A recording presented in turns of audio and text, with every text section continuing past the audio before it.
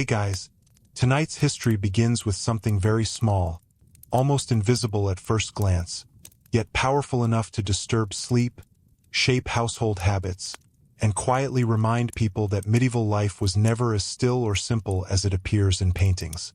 Bedbugs were not just a nuisance in the Middle Ages. They were part of a much larger world of crowded rooms, shared bedding, limited washing, smoky interiors, traveling goods, and bodies sleeping close together in the dark. Tell me where you're watching from tonight and what history topic you'd like us to explore next. If you enjoy thoughtful long-form history, a like is a simple way to support this kind of slower storytelling. And if you want more calm, quietly fascinating history videos, you're very welcome to subscribe. So let's step carefully into a medieval room after sunset. When the fire is low, the household is tired, and the real discomfort of the night is only beginning. To understand what it was like to live with bedbugs in medieval times, we have to begin with a detail that modern viewers often misunderstand. Medieval people were not unaware of discomfort. They were not simply dirty in some vague, careless way. They noticed bites. They knew when bedding smelled stale. They understood that certain rooms, mattresses, wall cracks, wooden frames, and old fabrics could become unpleasant.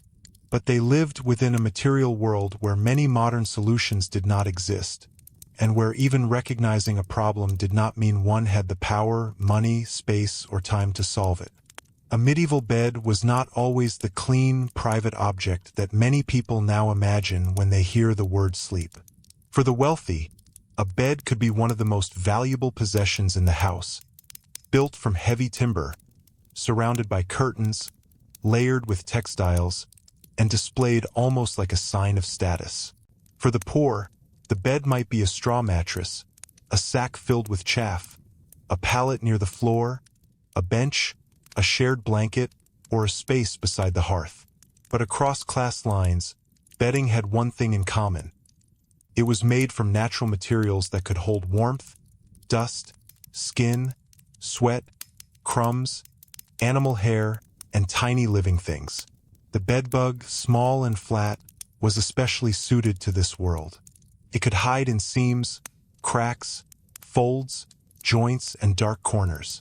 It did not need to live openly on a person like lice.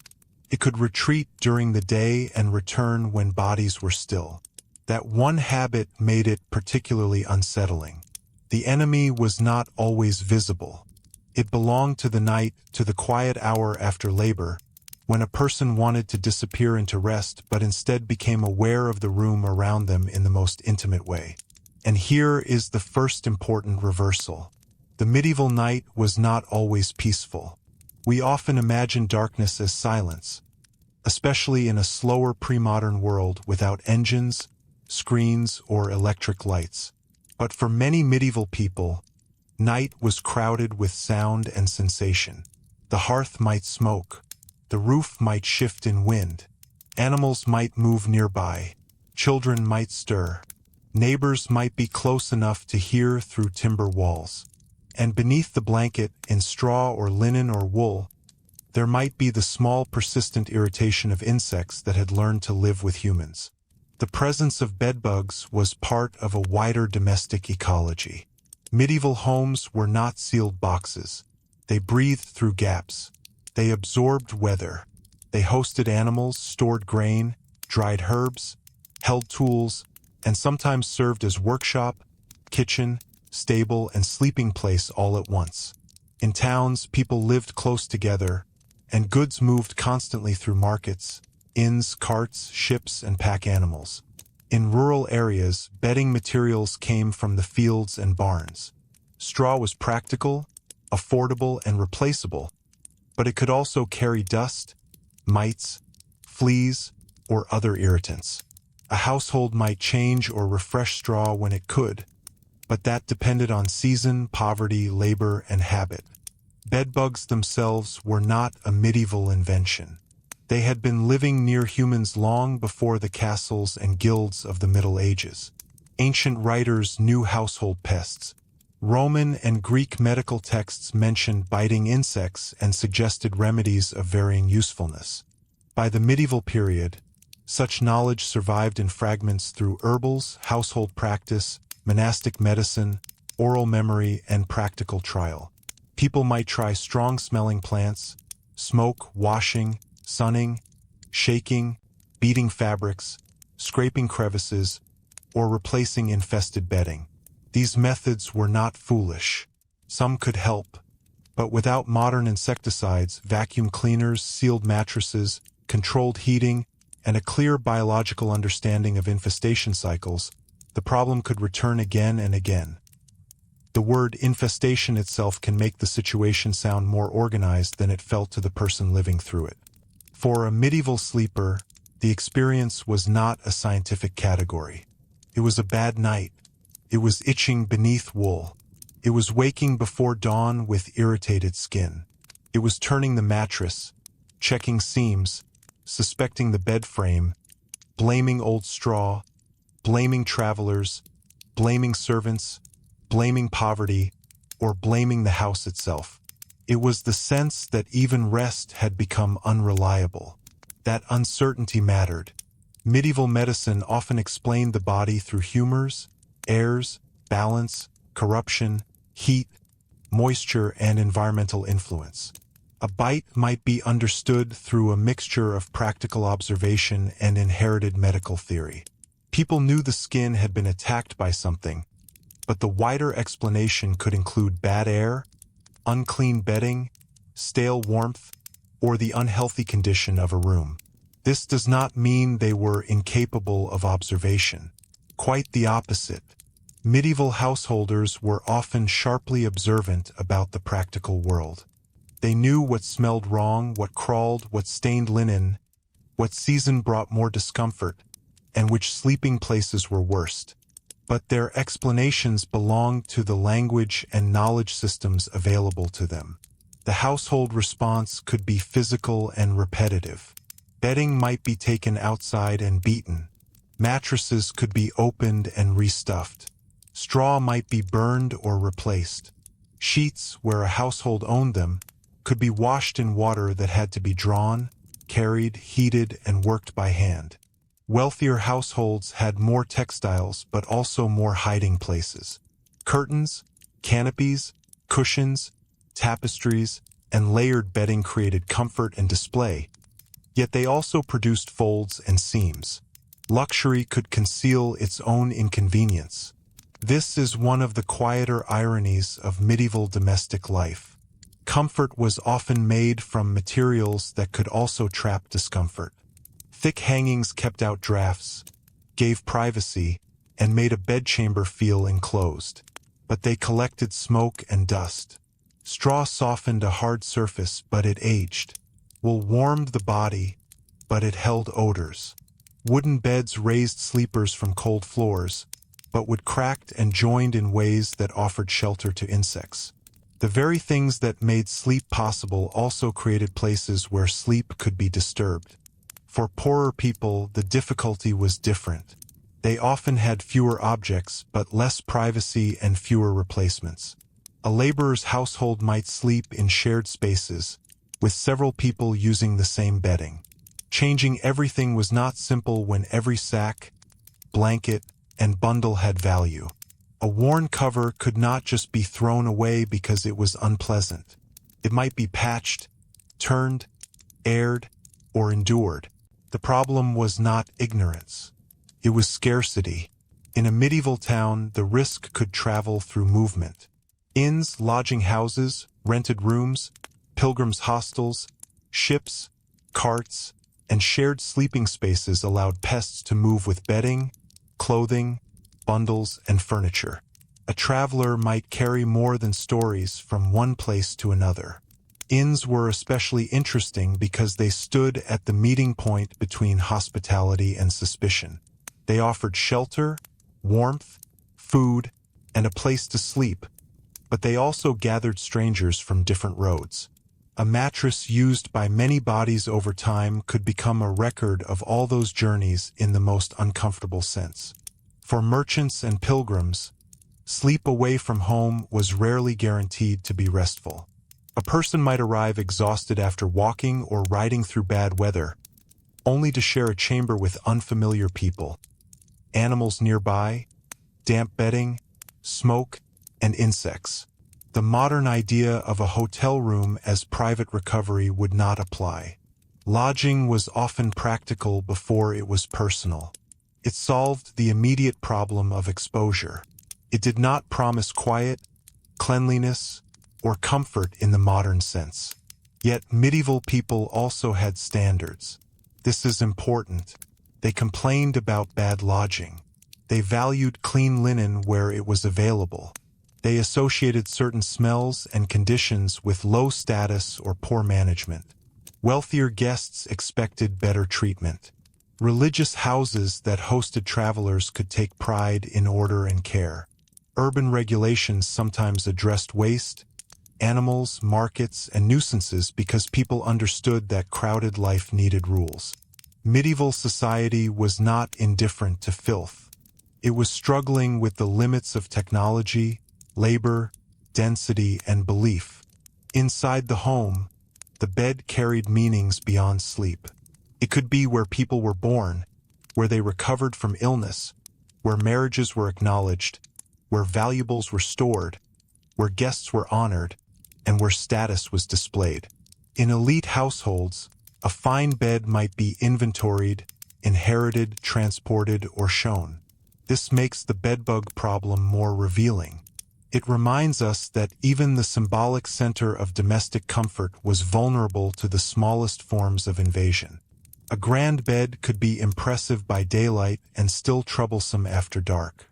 Medieval bedchambers were also not always separate private rooms. In many homes, sleeping arrangements were flexible. Servants might sleep near their work.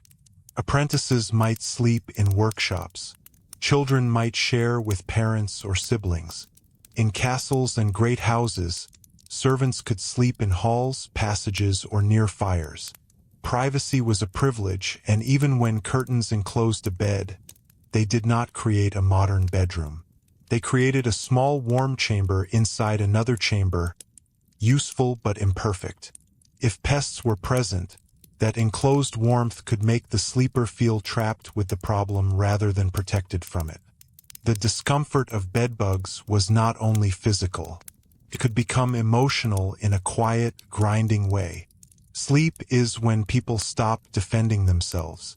A farmer, servant, craftsperson, monk, widow, apprentice, or child might spend the day obeying bells, weather, masters, animals, hunger, and work.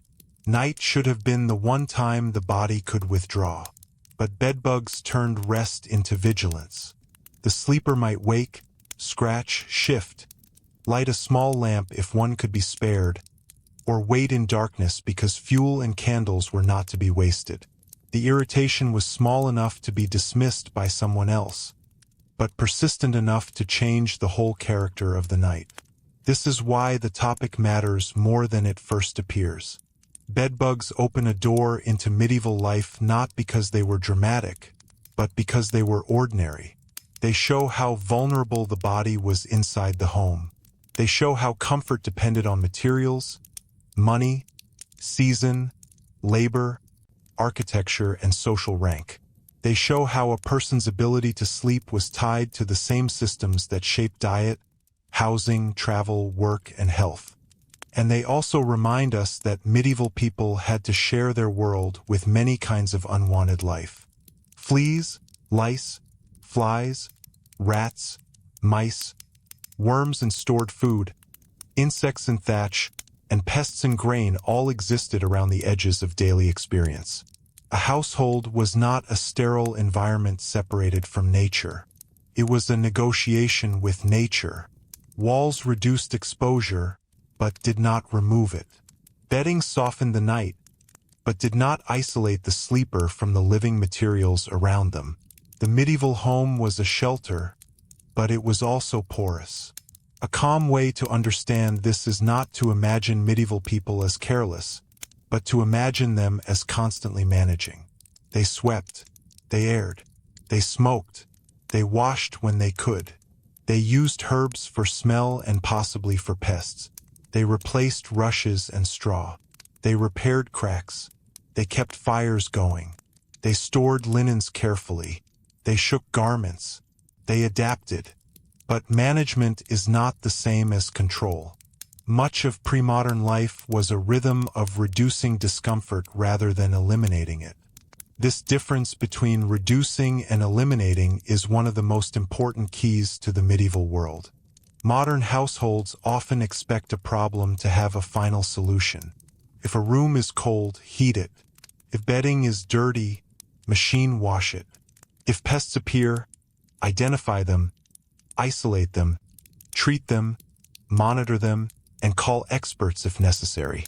Medieval households lived with fewer final answers.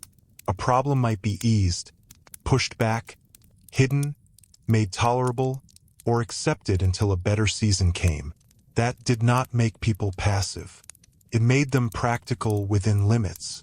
The remedies themselves could be revealing. Strong smells mattered. Herbs such as lavender, mint, rue, wormwood, and other aromatic plants were used in various household and medicinal contexts, though their effectiveness against bedbugs would have varied. Smoke could drive away some pests, but smoke also irritated lungs and eyes. Heat from the sun could help if bedding was taken outdoors, but weather, privacy, and labor had to cooperate. Washing cloth was hard work, especially for large items. Boiling, beating, drying, and handling heavy wet fabric required time and strength. A wealthy household could assign such work to servants. A poor household had to fit it around everything else. Here the social history becomes sharper. Bedbugs did not treat all classes equally, even if they could bite anyone. The rich had more resources, more bedding, more servants, more access to replacement textiles, and more rooms. But they also owned more complex beds and traveled with goods that could carry pests. The poor had fewer hiding places in terms of luxury furnishings, but they had less ability to discard, wash, or separate.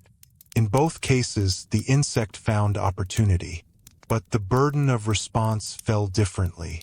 For women in many households, the work of maintaining bedding, washing linen, managing children's sleep, and keeping domestic order often became part of the invisible labor of pest control. It was not always named as such. It was simply household work. A woman might notice who had bites, which bedding needed airing, which straw smelled stale, which child had scratched too much, or which guest bed needed attention before visitors arrived. The discomfort of bedbugs therefore belonged not only to sleep but to labor, reputation, and care. In a respectable household, bedding could say something about order. To offer a guest a dirty or pest-ridden bed was embarrassing, perhaps even socially damaging. Hospitality mattered deeply in many medieval communities. A guest's experience reflected the honor of the house. Yet the host could not always guarantee comfort. This created a quiet pressure. The bed had to appear clean, decent, and worthy. But beneath the surface, the materials might tell another story. Medieval religious communities had their own relationship with sleep and discomfort. Monks and nuns often lived according to regulated routines, with sleep broken by prayers and bells. Some religious ideals valued restraint, simplicity, and the discipline of the body. But even in monasteries, practical household management mattered. Dormitories, bedding, stored textiles, infirmaries, and guest houses all required care. The presence of pests could test the boundary between holy discipline and ordinary irritation. A monk waking for night office might already have slept poorly, not from spiritual struggle, but from a mattress that had become a small battlefield of discomfort. In hospitals and infirmaries, the problem could be even more complicated. Medieval hospitals were places of care, charity, shelter, and religious duty, but they were not modern clinical environments. Beds might be shared or reused. The sick, elderly, poor, and travelers could occupy close quarters. Linen and bedding were precious. Cleanliness was valued, but constrained. In such settings, bedbugs would have been one more burden among many, especially for people already weak, feverish, or unable to move easily. But we should be careful not to turn every medieval room into a nightmare. That would be another kind of false history. Not every bed was crawling every night. Not every household suffered equally. Some people slept well. Some rooms were better kept than others. Some seasons were easier. Some remedies helped. Some communities had habits that reduced the problem. The truth is more textured. Bedbugs were part of the risk of sleep, not the whole story of sleep. They belonged to a wider pattern of physical uncertainty that modern life often hides from view. The seasonal rhythm likely mattered. Warmer periods could make insects more active. Cold might slow them, but also drove people closer together indoors, into bedding and enclosed rooms. Winter sleep brought its own discomfort. Damp walls, cold floors, smoke, heavy blankets, and stale air. Summer sleep could bring heat, sweat, flies, and more biting pests. Each season changed the balance, but rarely produced perfect comfort. Medieval rest was shaped by the calendar as much as by the bed. Then there was the problem of light. To inspect bedding at night required a candle, rushlight, lamp, or firelight, and each had a cost or inconvenience. Many poorer households could not simply flood a room with light. Darkness made the unseen more powerful. A person might feel the bite before seeing the cause. They might search in the morning and find marks, stains, or nothing at all. The invisibility of bedbugs made them psychologically different from larger household pests. A mouse could be heard. A fly could be swatted. But bedbugs lived in the borderland between touch and suspicion. This borderland produced blame. In any crowded household, discomfort could become social. Was the problem brought by a traveler? By a servant's bedding? By old furniture? By straw from a bad source? By a neighbor? By neglect? In towns especially, where people borrowed, rented, bought second-hand goods, and moved through shared spaces, pests could turn private irritation into public anxiety. The small insect raised a larger question. How much of another person's world had entered your own bed? Second-hand furniture could be useful and risky. A bed frame, chest, blanket, or hanging might pass from one owner to another. In a society where objects were repaired and reused, the life of a household item could be long. That thrift was sensible, preserved value, but it also meant that hidden problems could travel inside valuable things. A wooden frame might look sturdy, a blanket serviceable, a mattress worth keeping, yet each could carry traces of a previous household. Medieval material culture was durable, intimate, and sometimes inconveniently alive. Even royal and noble households were not immune to discomfort. Great households moved from residence to residence, carrying beds, textiles, servants, baggage, food, animals, and equipment. This mobility was a sign of power, but it also created logistical difficulty. Rooms had to be prepared. Bedding had to be transported. Furnishings had to be aired, hung, arranged, and maintained. A lord's bedchamber might be grand, but it depended on a whole chain of labor beneath it. If something went wrong, comfort could fail at the very top of society as well as at the bottom. The more closely we look, the more bedbugs become a way to see the hidden machinery of medieval comfort. Every soft surface required someone's labor. Every clean sheet represented water carried, cloth handled, fuel used, hands worn, and time spent. Every decent night depended on work done before the sleeper entered the room. And when that work failed, or when the materials themselves resisted control, the failure appeared not as a grand historical event, but as a person lying awake in the dark. This is the kind of history that rarely enters chronicles. Kings, battles, councils, plagues, and treaties were written down. The ordinary bite in the night was usually not. Yet, for the people who lived through the Middle Ages, such small experiences shaped the texture of life. A bad bed could affect the next day's labor. Broken sleep could make work heavier, prayer harder, tempers shorter, and illness more difficult to bear. The body carried the night into the morning, and morning came early. In many households, dawn did not bring recovery but obligation. The fire had to be stirred or remade. Animals needed attention. Bread, ale, pottage, tools, water, children, masters, bells, fields, and markets began calling again. A person who had slept badly because of insects still had to rise into a world that did not pause for private discomfort. This is one reason medieval endurance can be hard for modern viewers to understand. It was not always heroic. Often it was simply repetitive. By daylight, the room might look ordinary again. Straw bedding could be shaken, blankets folded, curtains tied back. A bench returned to its place. The irritation of the night might be hidden under work. Yet the problem remained in cracks, seams, and memory. The household knew that evening would return, and with it the test of whether the bed had been made safer or only made presentable. And this is where we should look next. Not only at the bed itself, but at the medieval house as a living environment. Its walls, floors, rushes, animals, smells, and sleeping arrangements, because the bedbug was never really just a bed problem. It was a house problem, a poverty problem, a travel problem, a labor problem, and in some ways a very small creature revealing the entire structure of medieval domestic life. And as a house problem, it begins with the fact that a medieval home was not a single-purpose space. It was not simply a private shelter where people returned after work and shut the outside world away.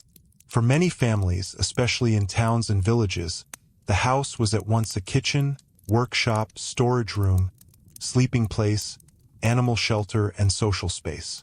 It held tools, food, firewood, rushes, damp clothing, old leather, baskets, sacks, and sometimes livestock or poultry close enough that the boundary between human life and animal life was thin. The bedbug did not enter a clean, sealed bedroom in the modern sense.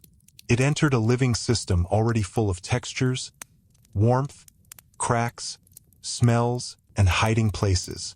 This is why the medieval floor matters more than it first seems. Floors varied widely by wealth and region. Some were packed earth, hardened by use and swept as well as a household could manage. Others were timber, stone, tile, or a mixture of surfaces depending on the building. In many places, rushes, reeds, straw, or other plant material might be spread on the floor to soften it, absorb dampness, and make the room more tolerable. These coverings could be refreshed, swept, or replaced, but they also trap dirt, crumbs, spilled drink, animal traces, and tiny living things. A householder might know perfectly well that old rushes had become unpleasant, yet replacing them still required time, access, and material. In a better managed house, rushes might be changed with some regularity, and aromatic herbs could be mixed in for scent. This has sometimes been romanticized as if medieval people solved the problem with a pleasant scattering of lavender and sweet-smelling leaves. The reality was more practical and less charming. Herbs could freshen a room. Some smells might discourage certain pests, but scent was not sanitation by itself. A fragrant floor could still be damp beneath.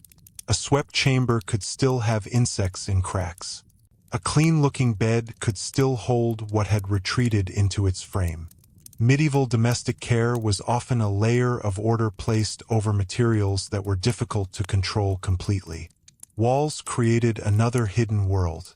A stone wall might seem solid, but stone buildings had joints, mortar gaps, timber elements, plastered surfaces, hangings, niches, and corners where dust could gather. Timber-framed buildings had beams, panels, peg holes, warped boards, and seams where insects could shelter. Wattle and daub walls were practical and common, but like many pre-modern materials, they aged, cracked, and breathed. A medieval room was not smooth. It had edges, and bedbugs were creatures of edges. The bed itself, especially when made of wood, was part of this architecture of concealment.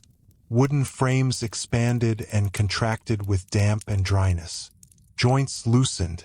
Pegs, carved details, rope supports, and cracks could create tiny recesses.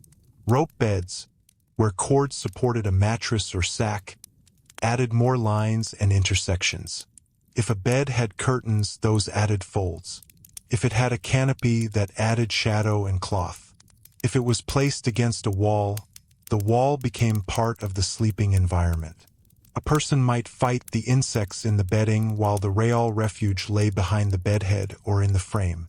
For the poorest households, sleeping might happen very close to the floor. A pallet or straw-filled sack could be rolled, shifted, or shared.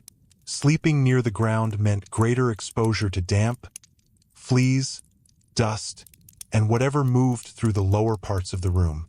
But even raised beds did not guarantee escape. Height helped with cold and some crawling pests, yet bedbugs were not defeated by elevation. They followed warmth and carbon dioxide, though medieval people would not have described it that way. They would have known the result. The sleeper became the center of attention after dark. One of the most quietly uncomfortable truths is that the medieval house was often warmer where it was least cleanable. Heat gathered around the hearth, beneath textiles, behind curtains, in crowded beds, and in sleeping corners protected from drafts. These were the very places where people wanted to rest. But warmth also made hidden life more active. A cold room was miserable, yet a warm enclosed bed might draw out the small creatures that had waited through the day. Comfort and vulnerability were often braided together. The hearth, so central to medieval life, deepens this contradiction. Fire gave warmth, light, cooked food, dried clothing, and made a house survivable through cold seasons. But it also filled interiors with smoke, soot, ash, and constant maintenance. Before chimneys became common in many ordinary homes, smoke might escape through roof openings, vents, or gaps, and much of it lingered. Even where chimneys existed, smoky rooms were still familiar. Smoke could discourage some pests and help preserve certain materials, yet it also stained cloth, irritated eyes, and settled into bedding. A smoky room might be both healthier in one sense and more punishing in another. So imagine the end of a working day in such a house. The air is heavy with the remains of cooking. The floor has been swept but not purified. The bedding has been shaken but not transformed. A child is already half asleep. Someone is banking the fire. Someone else is checking a door, folding a garment, moving a stool, or putting away tools. The house grows darker, but not empty. It contains the day's moisture, the smell of labor, the warmth of bodies, the breath of animals, and the quiet places where insects wait. The social arrangement of sleep made all of this more complicated. Modern people often think of sleep as deeply individual. One person, one bed, one room, one controlled environment. In medieval life, sleep was more communal. Married couples shared beds. Children might sleep together. Servants might sleep in the same room or nearby. Apprentices might sleep in workshops or under counters. Travelers might share beds in inns, sometimes with strangers. In hospitals and lodging houses, beds could be occupied by more than one person or reused by many over time. The more bodies a sleeping place served, the more opportunity pests had to feed, spread, and remain unnoticed until the problem was established. Sharing a bed was not necessarily seen as strange. In many contexts, it was economical, warm, and ordinary. Beds were expensive, rooms were limited, and winter cold made shared warmth practical. But shared sleep also meant shared discomfort. One person's bites became everyone's concern. One traveler's bundle might introduce a problem that outlasted the traveler. One neglected mattress could affect a whole household.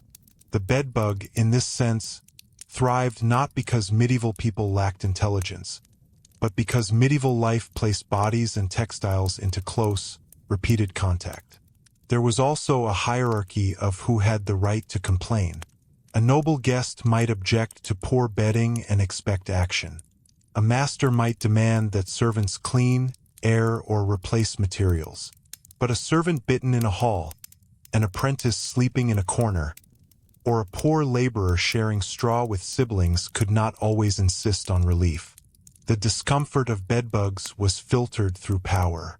The same bite on different bodies did not produce the same response from the household. In great houses, this hierarchy was built into space.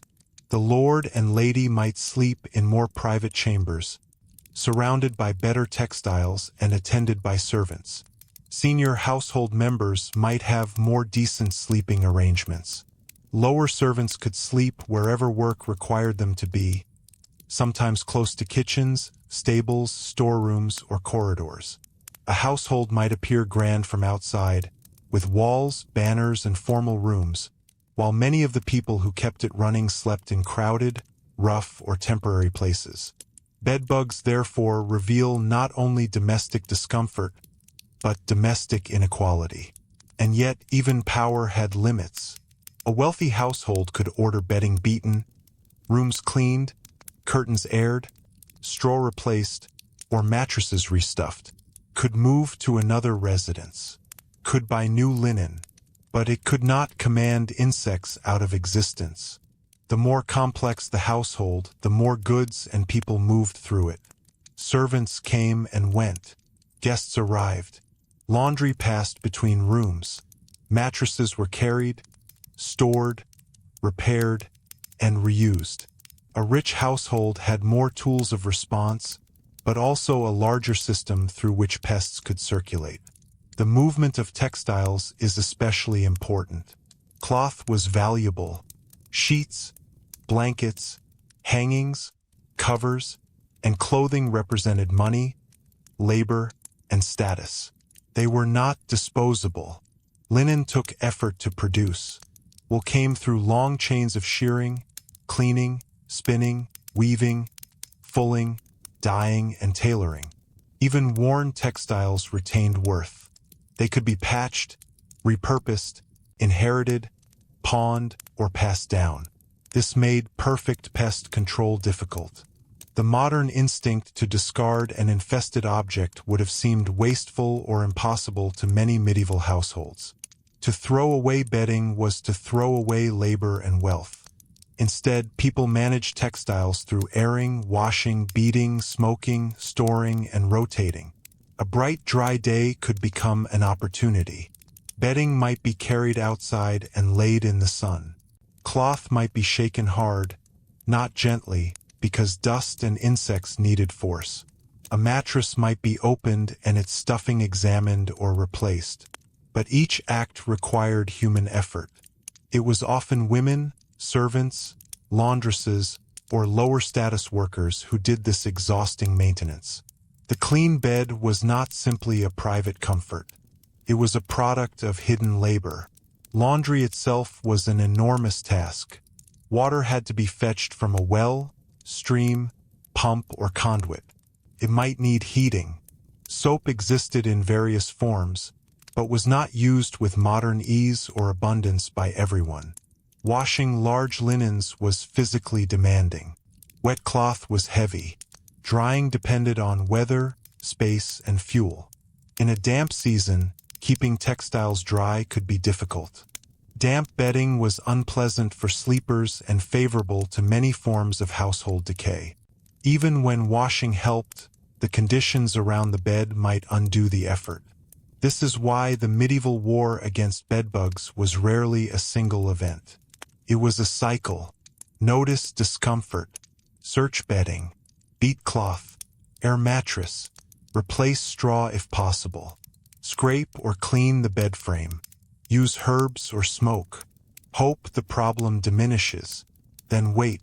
If the bites returned, repeat the process.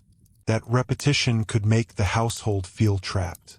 The insect's power lay not in one night's irritation, but in its ability to return after being pushed back. The problem also intersected with smell. Medieval people lived in a world of stronger smells than many modern homes, but that does not mean they failed to notice bad ones. On the contrary, smell was an important guide. A stale bed, a damp floor, sour linen, old straw, animal odor, smoke, sweat, and decay all carried meaning. Sweet herbs and fresh rushes were not merely decorative. They were part of making a room socially acceptable. But the smell of a room could lie. A chamber might be perfumed and still infested. A bed might look orderly under its cover and still be unsafe for sleep. Bedbugs remind us that the most troubling household problems were not always the most visible. The question of cleanliness in the Middle Ages is often mishandled. It is too easy to say medieval people were filthy, and just as misleading to overcorrect and say everything was much cleaner than we imagine. The truth depends on class, place, season, resources, and definition. Medieval people washed hands, faces, linens, dishes, and bodies in various ways. Bathing existed. Urban authorities cared about waste. Monastic rules could prescribe washing. Nobles valued fine linen. But cleanliness was labor-intensive and unevenly distributed. A person could value cleanliness deeply and still live with dirt, smoke, pests, and crowding that modern viewers would find hard to tolerate. Bedbugs fit inside that uneven reality. They could appear in houses that were not especially neglected. They could survive where people cared. That fact may have made them even more frustrating. A household might do what it reasonably could and still fail. The insect blurred the line between laziness and limitation. It made people confront the uncomfortable truth that some forms of disorder could not be easily blamed away. In towns, the density of housing added another layer. Neighbors lived close. Walls touched. Rooms were rented. Shops opened onto streets. Waste, food, trade goods, bedding, and clothing moved through narrow lanes. A household could be careful and still be exposed to the habits of others. Urban life created opportunity. Markets, wages, guilds, churches, entertainment, exchange. But it also created shared vulnerability. Fire, disease, smells, noise, and pests crossed boundaries more easily than household pride admitted. A rented room could be especially uncertain. The person who slept there did not control its full history. Who had used the bed before? What goods had been stored in the corner? Was the mattress recently restuffed or simply turned over? Had the landlord aired the bedding? Did the wall behind the bed hide old cracks? Such questions might not be asked openly, but they belonged to the experience of sleeping away from secure household control. In a world of limited privacy, even the bed carried traces of strangers. Inns and hostels made the situation more vivid. The medieval traveler's bed was a compromise between danger and relief. Outside were cold, rain, thieves, wild animals in some regions, bad roads, and exhaustion. Inside were company, food, ale, fire, and a roof, but also noise, smell, shared bedding, and pests. A traveler might accept a bed that a modern person would reject instantly because the alternative was worse. This is another important difference. Medieval comfort must be measured against medieval options, not modern expectations. Pilgrimage intensified this movement. Pilgrims traveled across regions, sometimes in large numbers, carrying cloaks, bags, badges, blankets, and fatigue. Religious devotion did not protect them from insects. A pilgrim seeking holy places might sleep in crowded accommodations, charitable houses, barns, or improvised spaces. The spiritual journey passed through very physical discomforts. Sore feet, wet clothing, stale bedding, and bites in the night formed part of the same road. Medieval piety was lived in bodies that itched, sweated, and needed sleep. Soldiers and camp followers experienced another version of the problem. Military movement meant tents, rough bedding, shared quarters, requisitioned houses, barns, and temporary shelters. Campaigns carried not only weapons but lice, fleas, disease, and other pests. A bedbug might seem minor beside battle or hunger, yet for those living in camps or occupied towns, small nightly torments added to the larger strain. War unsettled households, moved people abruptly, and disturbed the ordinary management of bedding and rooms. Where order broke down, pests often found opportunity. Periods of crisis could make infestations harder to control. After famine, war, plague, displacement, or local poverty, households might have fewer resources to maintain bedding. Buildings might be damaged. People might crowd into safer places.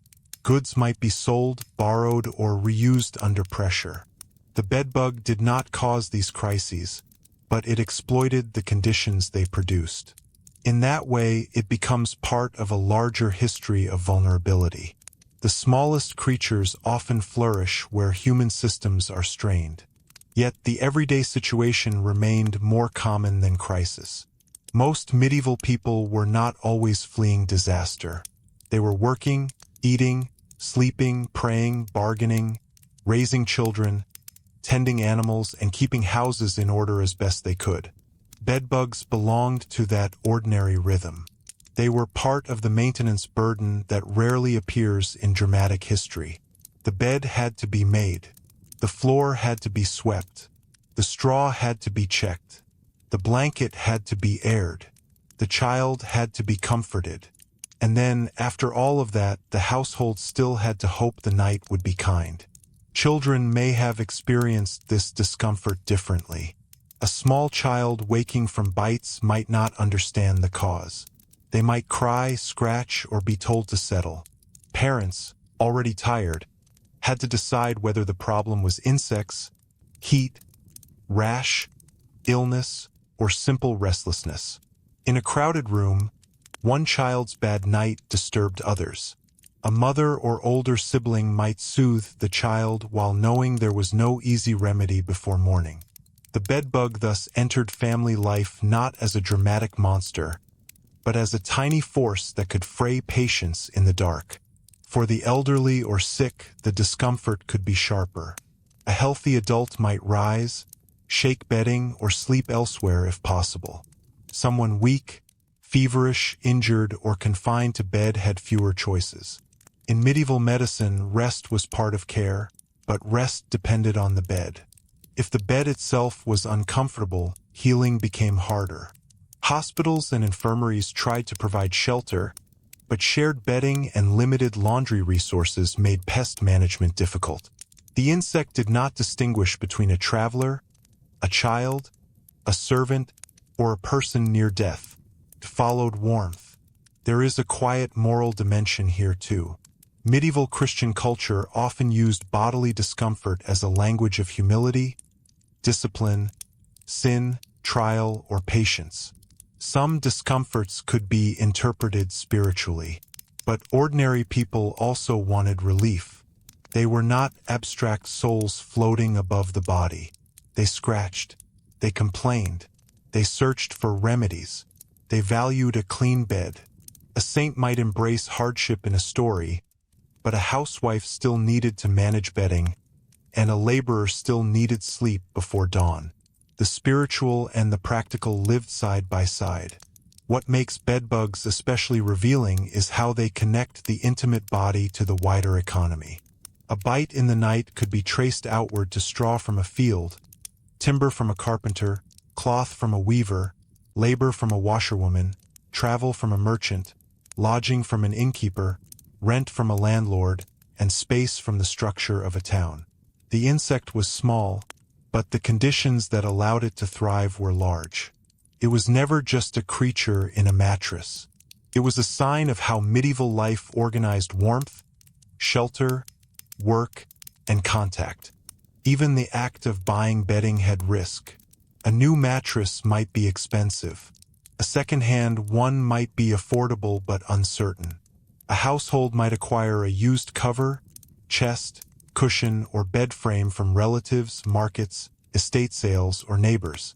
Objects moved through communities with their histories hidden inside them. A fine-looking piece could carry a problem from one household into another. Since people repaired and reused valuable goods, the past remained physically present in the home. The medieval bed could be an inheritance of comfort and inconvenience at the same time. The same was true of clothing. Bedbugs are not like body lice in their habits, but clothing, cloaks, and bundles could still help them travel when hidden insects or eggs moved with textiles. A traveler's cloak laid near a bed, a servant's bundle stored in a corner, a merchant's cloth goods placed indoors, or a guest's bedding brought into a house could all become points of transfer. People may not have understood every biological detail, but they understood enough to be suspicious of old fabrics and bad lodging. Practical fear often arrives before scientific explanation. In some households, the answer was to expose bedding to air and sun whenever possible. The image is almost peaceful. Cloth spread outside, straw shaken, mattresses propped open, sunlight falling across the materials of sleep. But even that peaceful image carries labor. Someone had to lift, carry, beat, turn, inspect, and return everything. A heavy mattress or large blanket was not easily handled. In bad weather, the opportunity vanished. In cramped towns, there might be little outdoor space. In poorer homes, there might be too few replacement textiles to rotate while others dried. This is why the medieval night was prepared long before nightfall. Sleep depended on daytime work. A comfortable bed was not something that simply existed. It was maintained against decay. The same hands that kneaded bread, washed bowls, mended clothing, fed animals, and carried water might also fight the slow invasion of pests. To a modern listener, bedbugs may sound like a private bedroom issue. To a medieval household, they belonged to the entire chain of daily survival. And yet, because the work was repetitive, it could become invisible. Chronicles did not record every beaten mattress. Household accounts might mention purchases of bedding, linen, herbs, or repairs, but rarely the emotional texture of sleeplessness. The people most responsible for controlling domestic discomfort often left the fewest written records. Servants, women, the poor, and children appear only faintly in many sources, yet they were the ones who felt the problem most directly. A history of bedbugs therefore asks us to listen for what official records do not say. The architecture of the medieval house continues that silence. We can study surviving buildings, inventories, regulations, medical texts, and images, but we must be careful. A painted bedchamber may show order and beauty, not itching and smoke. An inventory may list a feather bed, a bolster, curtains, and sheets, but not the anxiety of using them. A regulation may reveal concern about waste or lodging, but not the private embarrassment of a guest who slept badly. The historian has to read between comfort and evidence. Feather beds deserve particular attention. For those who could afford them, feathers offered softness and warmth far beyond straw. They could be luxurious, desirable, and status-marking. But soft stuffing also required care, could absorb odors and moisture, could become uneven, could be difficult to clean thoroughly. A feather bed might feel like an escape from the hardness of ordinary life, yet it still needed airing, beating, and protection. Once again, luxury did not abolish maintenance. It increased what had to be maintained. Straw beds, meanwhile, had one advantage. Their stuffing could be replaced more easily when straw was available. This made them less permanent but more renewable. A household could empty old straw, burn or discard it, and refill the sack. But replacement depended on access to clean straw, which tied the bed to agriculture and season. After harvest, straw might be more available. In times of scarcity, poor quality material might be used longer. What lay beneath a sleeper's body was connected to the success of fields months earlier. The medieval bedbug, then, lived in the overlap between agriculture and architecture, between trade and travel, between poverty and status. It could hide in a noble bed's carved joint or in a peasant's straw sack. Could travel with pilgrims or linger in an urban lodging house. It could survive the beating of cloth and return from the wall. Its presence was a reminder that the home, however loved, was never fully under human command. And perhaps that is what makes the subject so quietly powerful. Bedbugs turned the bed, the place most associated with surrender, into a place where control remained incomplete. A medieval person could close a door, draw a curtain, bank a fire, and lie down under a blanket, but the room still held its own life. Tiny movements continued in darkness. The household slept inside a world that did not sleep with them. By the time the first gray light entered through a shutter, the worst of the night might already be over. The insects had retreated. The room looked still. A person might rise stiff, tired, and irritated, with marks on the skin and work waiting outside. The evidence of the night could be subtle enough to ignore or familiar enough to accept. But somewhere in the bedding, the wall, or the frame, the problem remained hidden, waiting for the next cycle of warmth, darkness, and human exhaustion. And from that morning scene, the question naturally moves outward again. If the medieval household was constantly managing pests, bedding, smoke, damp, and shared space, then what did people actually believe would protect them? Not only practically, with herbs and cleaning, but medically, morally, and even spiritually, because in the Middle Ages, the fight against discomfort was never only a fight against the visible world. Because in the Middle Ages, the fight against discomfort was never only a fight against the visible world.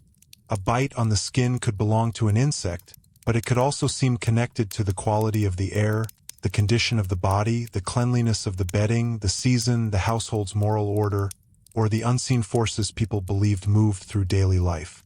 Medieval people did not always separate practical, medical, and spiritual explanations as sharply as modern viewers do.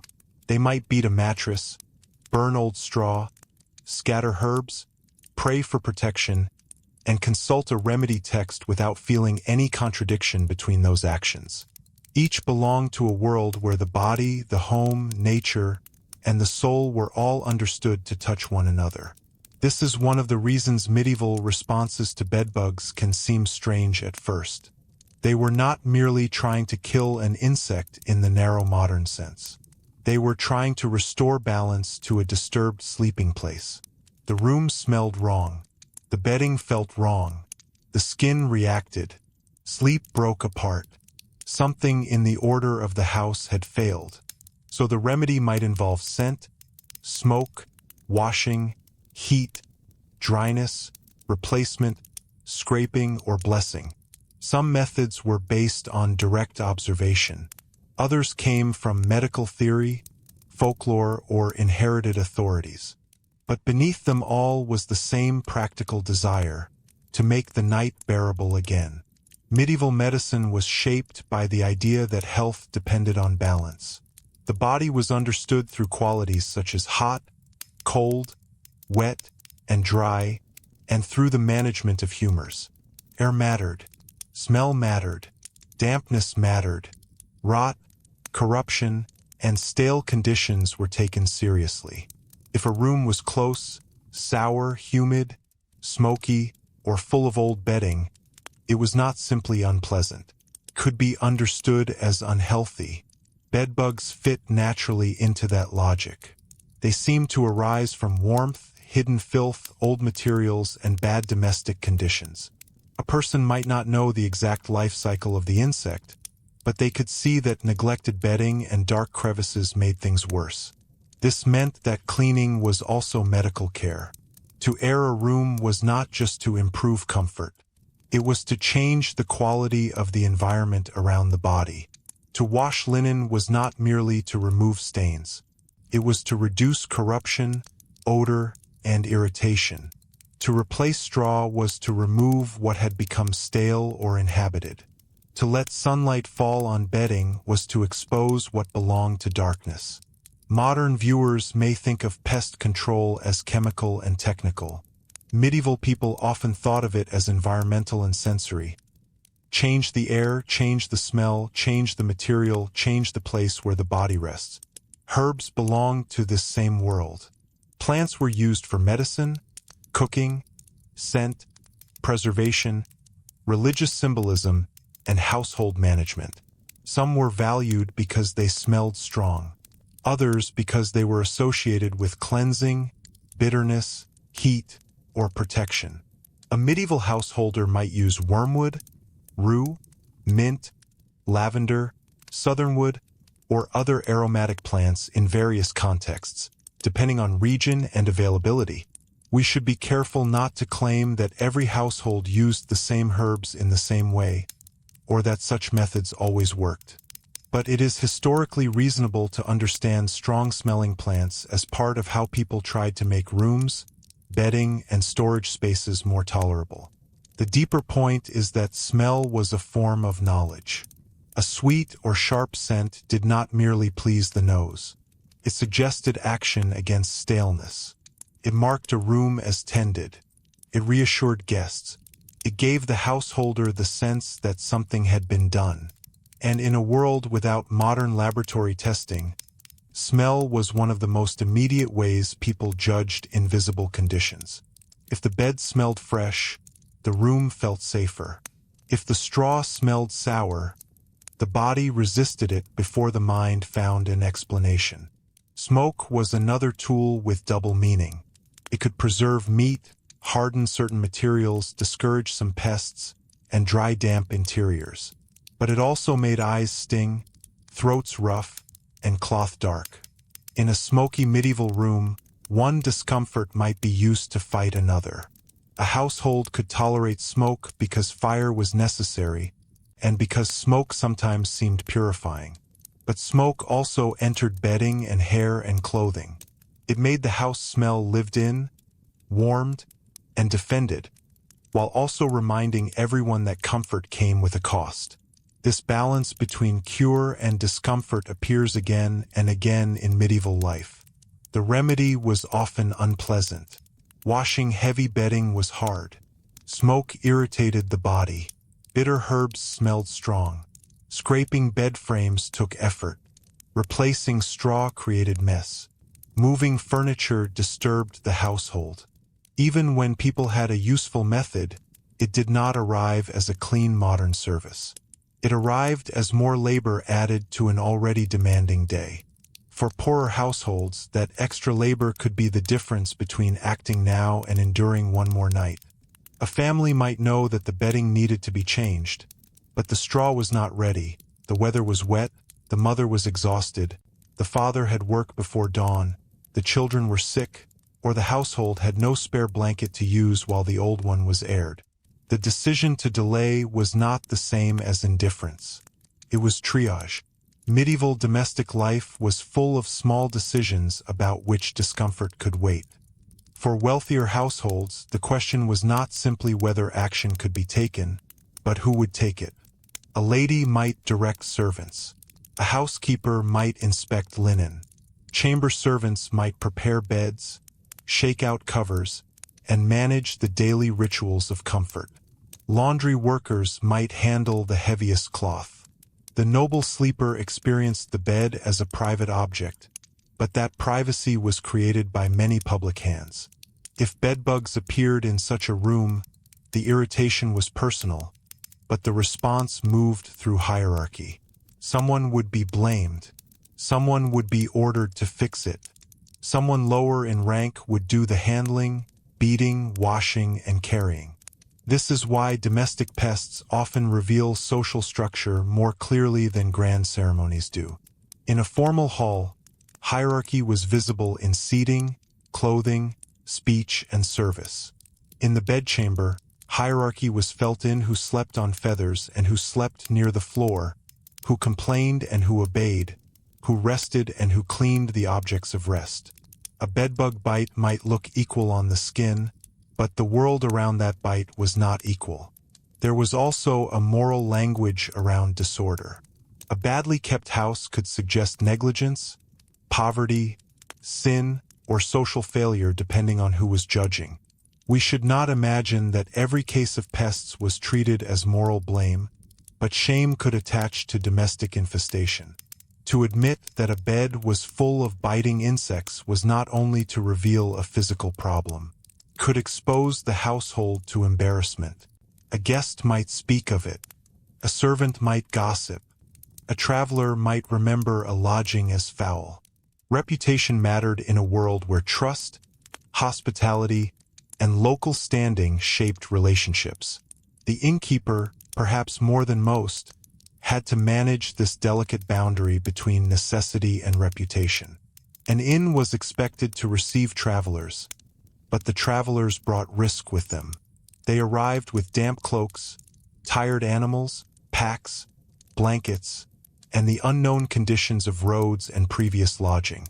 The innkeeper needed bedding to be used repeatedly, sometimes by many different people across a short span of time. That bedding had to be comfortable enough to keep customers, durable enough to survive heavy use, and cheap enough to maintain.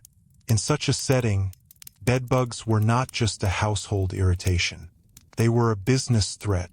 Still, a medieval traveler did not judge lodging by modern hotel standards. They judged it against weather, safety, warmth, food, and the alternatives. A bed with some discomfort might still be better than sleeping outside. A crowded room might still be better than exposure. This does not mean people accepted bad lodging happily. It means tolerance existed within a different scale of expectation. A traveler might curse the bites and still be grateful for the roof. The spiritual world added yet another layer. In medieval Christianity, the home was not sealed off from divine concern. Blessings, prayers, saints, holy water, charms, and ritual gestures could all be part of how people sought protection from harm. The boundary between approved devotion and unofficial charm could be blurry, depending on place, period, and authority. For a person troubled by pests, sickness, bad sleep, or unexplained discomfort, it was natural to reach beyond ordinary labor. If the visible remedy failed, the unseen world might still be asked to help. This does not make medieval people irrational. It shows how insecurity expands the range of possible action. When a problem returns despite effort, people search for more kinds of protection. They look to medicine, household tradition, religious practice, and community advice. A mother might use herbs because her mother had used them. A servant might know a trick for bedding learned in another household. A monk might copy a remedy into a manuscript. A village healer might recommend a plant, a washing, a prayer, or a timing. Knowledge moved through hands as much as through books. Written remedy collections could include instructions against biting creatures, fleas, lice, and other household pests, often mixing plant substances, animal products, smoke, powders, and procedures that now range from plausible to useless. We do not need to treat each remedy as effective to understand its value historically. These recipes show that people noticed pests, named them, experimented against them, and passed down methods. The presence of remedies is itself evidence of irritation. People do not preserve cures for problems they do not feel. There is something intimate about these remedy traditions. They bring us close to people not in moments of triumph, but in moments of annoyance. Someone somewhere had a bed that would not let them sleep. Someone tried a substance, a scent, a wash, a smoke, a bitter plant, a cleaning method. Someone told another person, Someone wrote it down. The manuscript preserves not only medical theory but a bad night. Yet remedies could also reflect mistaken theories. Some medieval and ancient ideas about insects involved spontaneous generation, the belief that certain creatures could arise from decaying matter or corrupt conditions. If pests seemed to appear from old straw, damp cloth, or dirty corners, that belief felt observable. People saw insects where matter had spoiled. Without microscopes and modern entomology, it was reasonable in their world to connect decay and life directly. Bedbugs hiding in cracks made the illusion stronger. They seemed to come from the bed itself. This belief had practical consequences. If one thought insects emerged from corruption, then removing corruption made sense. Clean the bed, change the straw, dry the room, improve the air, burn the old material. Even if the theory was incomplete, some actions could still help. This is one of the fascinating patterns in pre-modern life. People could act effectively for reasons that were partly wrong. They could observe outcomes without having modern explanations. The reverse was also true. A remedy could be conceptually satisfying and practically weak. A strong scent might comfort the mind more than harm the insect. A ritual might reduce fear without reducing infestation. A charm might give the household a feeling of agency when material options were limited. We should neither mock nor romanticize this. In a world where many forces were hard to control, the feeling that one had acted mattered. It gave structure to anxiety. Anxiety was part of the experience because bedbugs attacked during vulnerability. Other pests could be confronted in motion. A fly could be waved away. A rat could be trapped. A flea could be slapped. But bedbugs worked through patience. They waited until the room darkened, until the body warmed the bedding, until the sleeper stopped watching. This timing made them feel almost treacherous.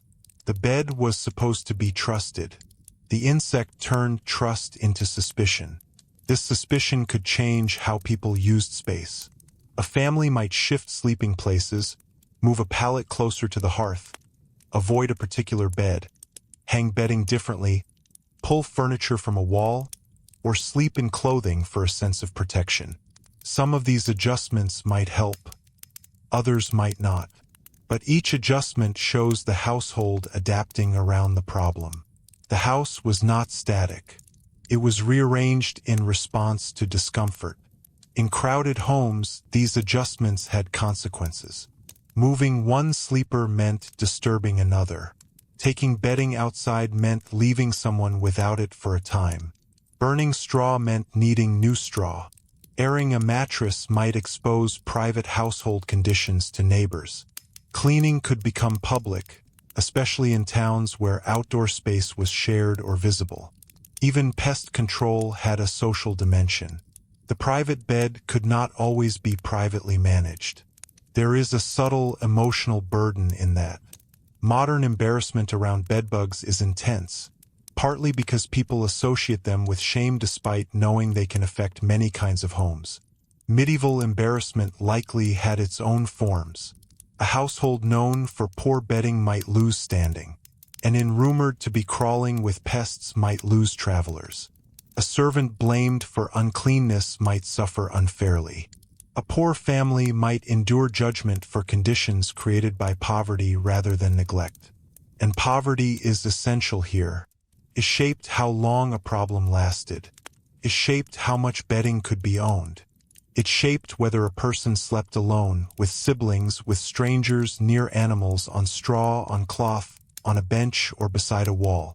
It shaped whether the household could spare fuel for hot washing, time for cleaning, or money for replacement. Bedbugs did not create poverty, but poverty gave them staying power. At the same time, bedbugs were not only a poor person's problem. That is another assumption worth complicating. Wealth offered defenses, but it also created soft, layered environments. The noble bed, hung with curtains, warmed by bodies, surrounded by textiles, and moved between residences, could be inviting to pests. The difference was that wealthy people could mobilize labor against the problem. They could make others absorb the effort. Their discomfort might be real, but their capacity to respond was larger. In castles and manor houses, the preparation of a chamber was a ritual of status. The bed might be assembled, curtains arranged, linens laid, warming pans used in cold weather, and the room made ready according to rank. Yet beneath the ceremony remained the same material concerns. Was the bedding dry? Had it been stored safely? Were the hangings musty? Had the bed frame been cleaned? Did the room smell fresh or stale? The grandeur of the setting did not erase the vulnerability of cloth and wood. This is one of the quietest lessons of domestic history. Status changes the appearance of discomfort before it changes the body's basic needs. Everyone needed sleep. Everyone's skin could itch. Everyone depended on materials that aged. Everyone lived among other forms of life. But the wealthy could surround the problem with service, fragrance, linen, and authority. The poor met it more directly with fewer buffers between the body and the room. The medieval relationship between body and environment was therefore much more immediate than ours. Today, many people sleep inside layers of technology. Sealed windows, treated mattresses, electric light, washing machines, controlled heating, screens, detergents, extermination services, and a medical language for bites and allergies. Medieval sleepers had layers too, but they were organic, laborious, and vulnerable. Straw, wool, linen, wood, smoke, herbs, curtains, shutters, and prayer. Those layers softened life, but did not separate the human body from nature. A bedbug bite may seem too small to carry such meaning. But small things often reveal large systems because they enter places where public history rarely goes. They touch the skin under the blanket. They interrupt the exhausted worker. They shame the innkeeper. They occupy the noble bed frame. They make the servant wash again. They turn a child restless. They expose the limits of medicine. They show how much labor stood between a medieval person and a decent night's sleep. By now, we can see that medieval pest control was not a single practice but a whole field of response. It included observation, household routine, inherited remedies, medical assumptions, moral judgment, spiritual action, and social negotiation. It belonged to women's work, servants' work, innkeepers' work, monastic order, travel culture, poverty, and elite display. The bedbug was tiny, but the answer to it involved nearly every part of domestic life. And still, after all of these attempts, the night could return with the same problem. That is the part we should not soften too much. Medieval people were resilient, but resilience often meant enduring the repetition of discomfort. A household might spend a day airing bedding, only for a few hidden insects to remain in the wall. A traveler might choose a better inn and still wake itching. A servant might change straw and still be blamed when the bites continued. A monk might pray, wash, and sweep, then rise tired for the night office. The problem was manageable but not always conquerable. This repeated failure shaped patience. It also shaped expectations. Many medieval people lived with an understanding that life included persistent irritations. Not everything could be fixed permanently. Some troubles had to be reduced again and again. The body had to keep working despite imperfect rest. The household had to keep functioning despite imperfect order. The bed had to be trusted again each night, even when it had betrayed that trust before. So when we imagine a medieval person preparing for sleep, we should not picture only the romance of candlelight and timber beams. We should imagine calculation. Is the bedding dry enough? Is the straw too old? Is there smoke in the room? Are the children settled? Has the pallet been shaken? Is the guest bed decent? Will the night be cold? Will something bite? These questions might not be spoken in such a direct modern way, but they lived in habit, touch, smell, and memory. The The final moments before sleep were therefore filled with small acts of negotiation. A curtain drawn for warmth also closed in the air. A blanket pulled higher protected against cold but trapped heat. A body moved closer to another for warmth but increased crowding. A rushlight saved for later meant darkness now. The sleeper balanced one discomfort against another, because medieval comfort was rarely pure. It was chosen from available compromises. And as the room darkened, beliefs and practices settled together. The herbs in the bedding, the smoke in the rafters, the prayer murmured under breath, the clean linen if one was fortunate, the straw recently changed or overdue for changing, the wall cracks no one could fully reach, the tired body lying still at last. All of these formed the medieval answer to the problem. Not a perfect answer, not a scientific answer in the modern sense, but a human answer shaped by the tools, fears, knowledge, and limits of the time. Then, somewhere beyond the household, the same pattern repeated across the medieval world. In inns along trade roads, in peasant cottages, in townhouses above shops, in monastic dormitories, in castles, in hospitals, in ships' quarters, in rented rooms, and in barns used for temporary sleep, people entered the night with different levels of wealth but similar vulnerability. They lay down inside environments they had prepared as best they could, and they hoped the unseen world would remain quiet. That wider geography matters because bedbugs did not remain fixed in one home or one class.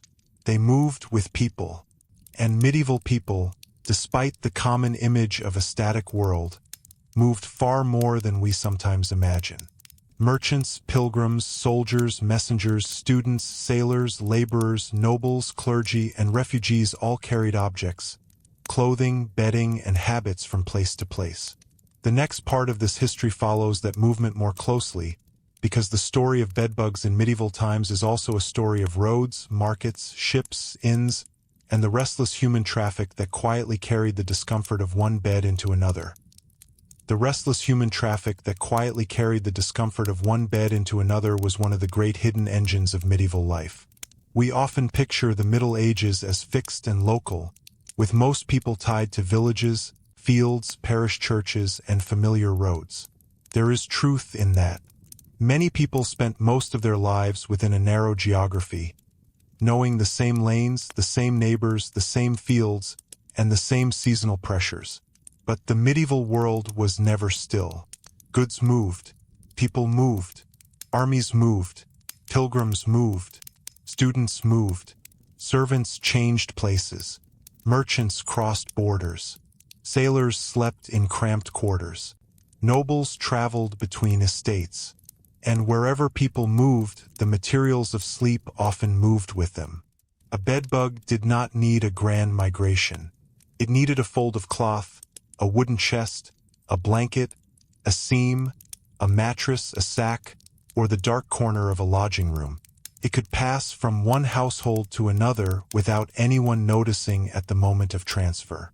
A traveler might leave an inn believing the night's discomfort was behind him, while a few hidden insects or eggs clung to something carried onward.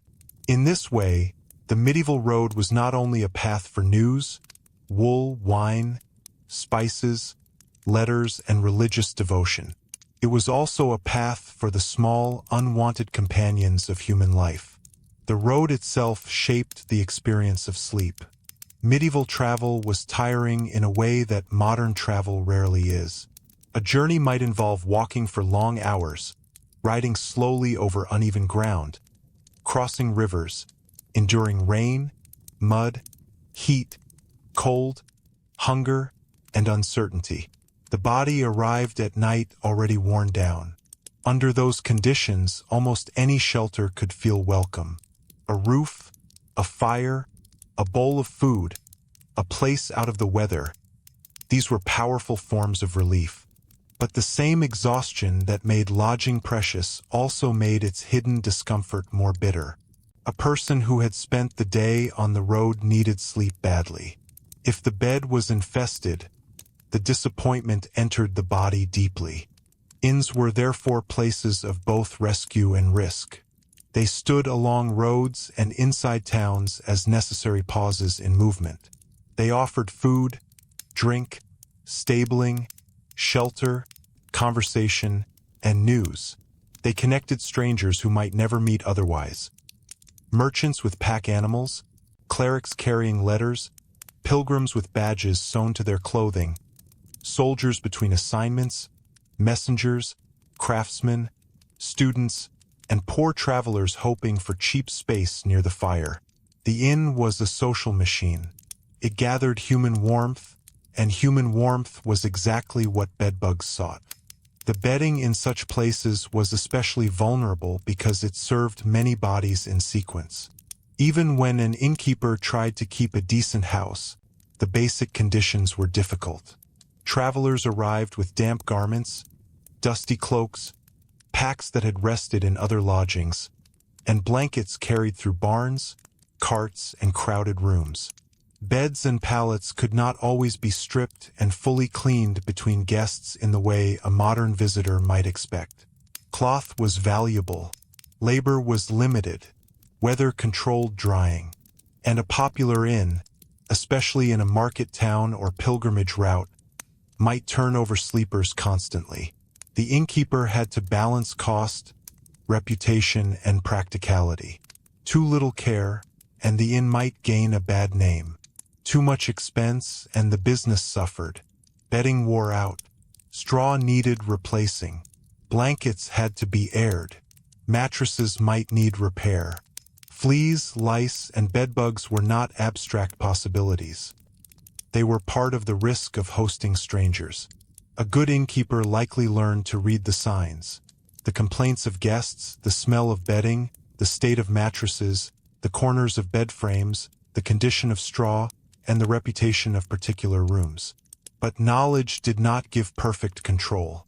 For poorer travelers, the sleeping arrangements could be even more uncertain. Not everyone paid for a private bed. Some slept in shared rooms, halls, barns, outbuildings, or near hearths. Some were given space as charity. Some slept beside animals or goods. Some shared beds with strangers because warmth and cost demanded it. These arrangements were not always viewed as shocking. They could be normal, practical, and accepted. Yet they also created ideal conditions for pests to spread quietly. The medieval night on the road was intimate with strangers in ways modern travel has mostly forgotten. Pilgrimage made this movement especially dense. A pilgrim's journey could carry a person across regions, through famous shrines, parish churches, monasteries, hospitals, bridges, ferries, and towns that depended partly on the traffic of devotion.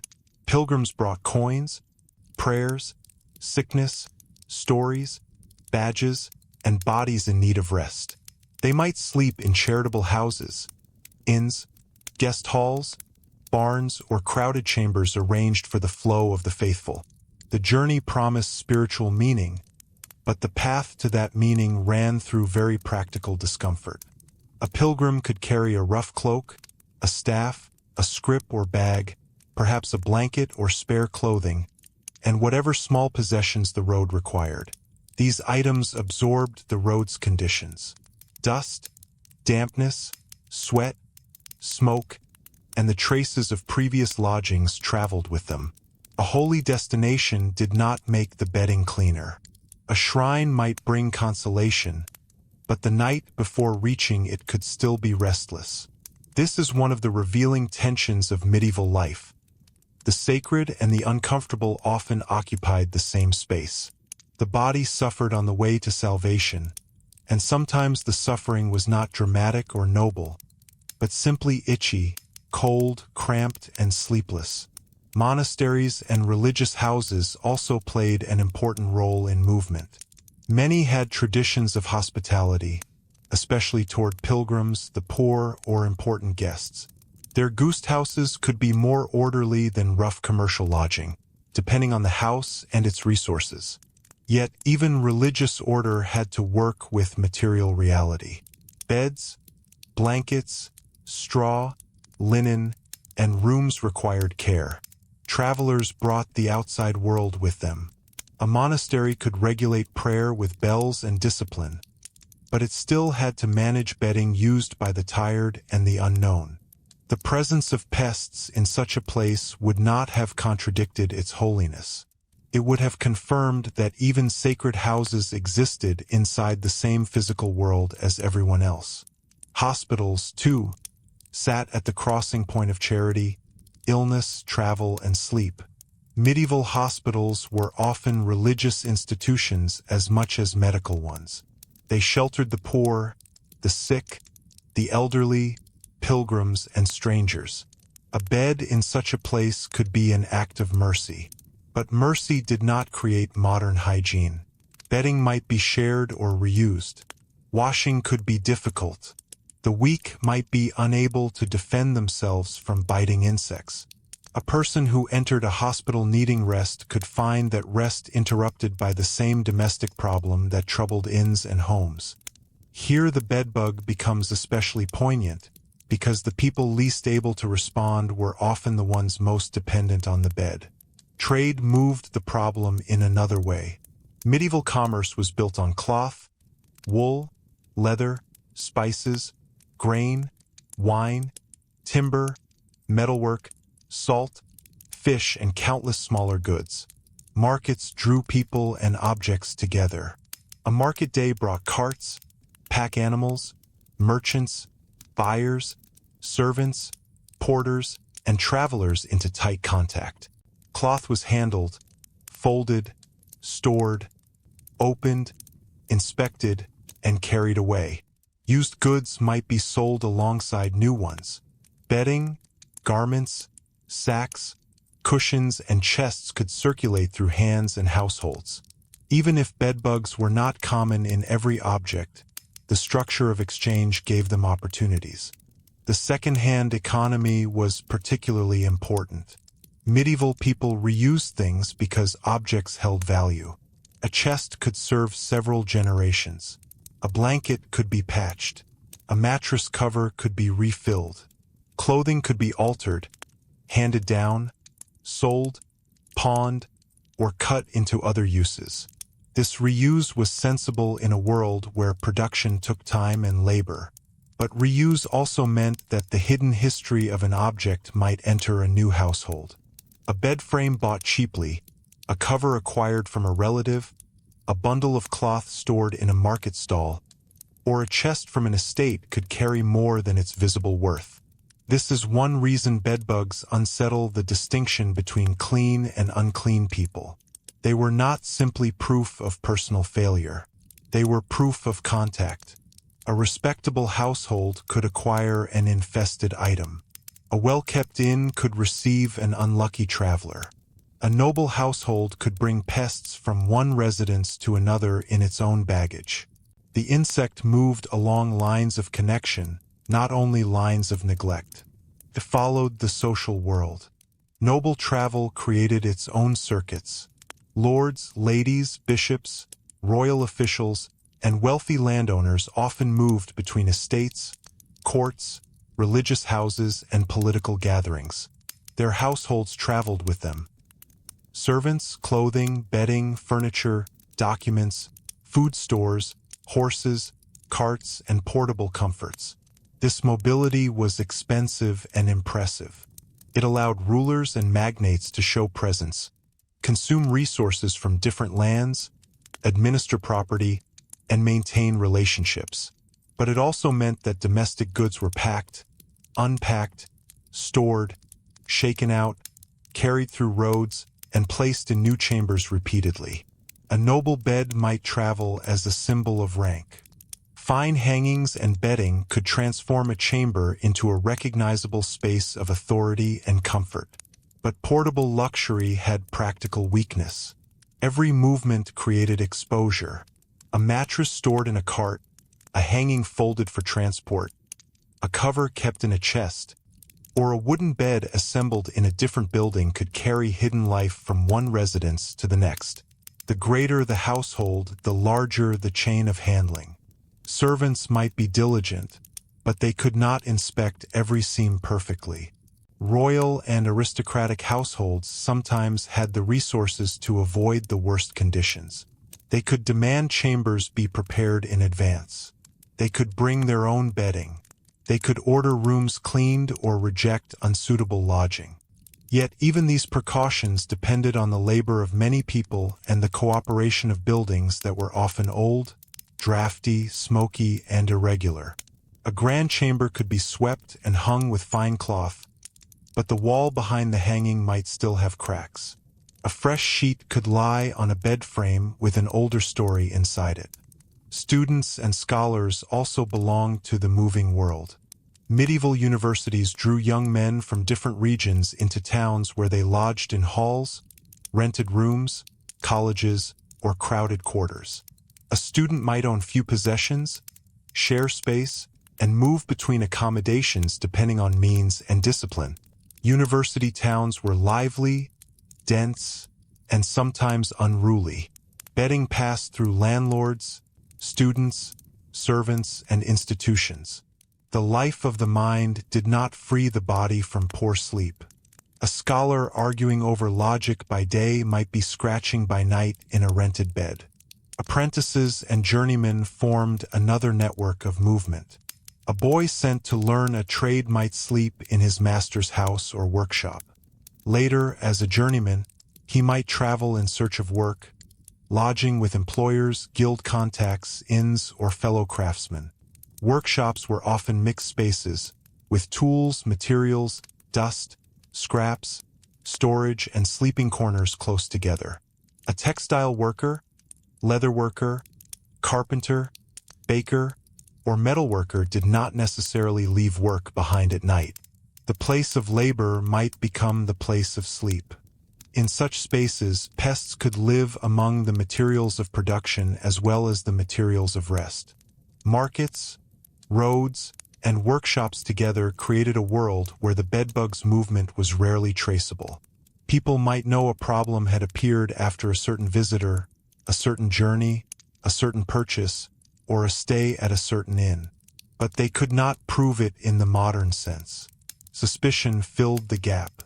The new blanket from the market, the guest from another town, the servant returning from family, the chest brought from storage, the apprentice's bedding. Any of these might be blamed. The insect's invisibility made social tension easier. Maritime travel offered a different but equally revealing environment. Ships were cramped, damp, and crowded.